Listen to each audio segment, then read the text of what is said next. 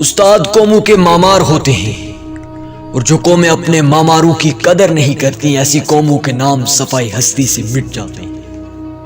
استاد قوموں کے وہ چراغ ہوتے ہیں جن کے جلنے سے زمانہ روشن ہو جاتا ہے، اور جن کی تاریکی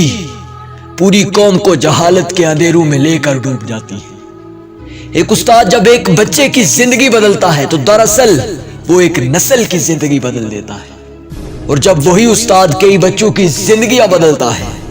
تو در حقیقت وہ کئی نسلوں کی زندگیاں بدل کر رکھ دیتا ہے،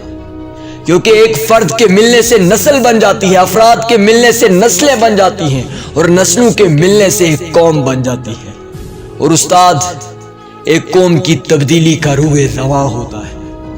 ایک قوم کو بدلنے میں سب سے بڑا کردار ایک استاد کا ہوتا ہے، اس لیے اپنی زندگی میں اپنے استادوں کی قدر کرنا سیکھ لینا، اپنے استادوں کا ادب کرنا سیکھ لینا۔ ایک شخص ایک دن کسی جگہ پر بیٹھا ہوا تھا، پاس سے اس کے استاد گزرتے ہیں،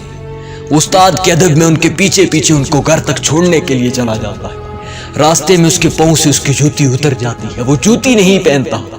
بلکہ ننگے پاؤں استاد کو گھر کی دہلیز پر چھوڑ کے آتا ہے، اور وہ شخص جب پھر واپس آتا ہے اپنی جوتی پہنتا ہے، اور وہ شخص پھر شخصیت کا روپ دھارتی ہے، اور دنیا اس کو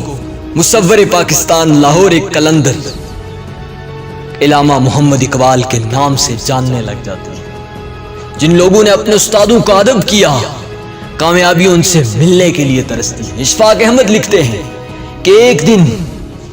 میں کسی کالج میں پڑھا رہا تھا، انگلینڈ کے اندر کسی کالج میں پڑھا رہا تھا، غلط پارکنگ کی وجہ سے مجھ پر چالان کر دیا گیا۔ عدالت نے مجھے 2-3 بار بلایا، لیکن کلاس لینے کی وجہ سے میں عدالت کے حکم پر عدالت نہ پہنچ سکا۔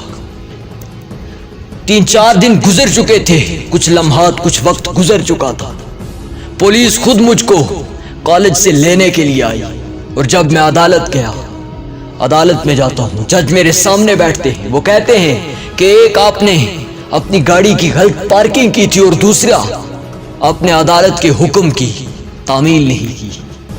اس وقت اشفاق احمد کہتے ہیں کہ میں اٹھتا ہوں اور جج سے کہتا ہوں کہ سر میں ایک استاد ہوں، اور جس وقت آپ مجھ کو کہتے تھے کہ آپ عدالت میں پہنچے، اس وقت میرا فرض عین تھا، میں بچوں کو پڑھا رہا تھا، اس لیے عدالت نہیں آ سکتا تھا۔ جب جج یہ الفاظ سنتا ہے وہ اپنی کرسی سے اٹھ کر کھڑا ہو جاتا ہے، پوری عدالت کھڑی ہو جاتی ہے کہ ایک استاد ایک عدالت میں ایک کٹگرے میں کیسے۔ وہ جج کہتا ہے کہ ہم آپ سے معذرت کرتے ہیں۔ اشفاق احمد کہتے ہیں کہ اس دن میں اس قوم کی ترقی کا راز جان گیا تھا، کیونکہ جو قومیں اپنے استادوں کا ادب کرتی ہے ترقی کی راہوں پر اکثر ایسی قومیں ہی چلتی ہیں۔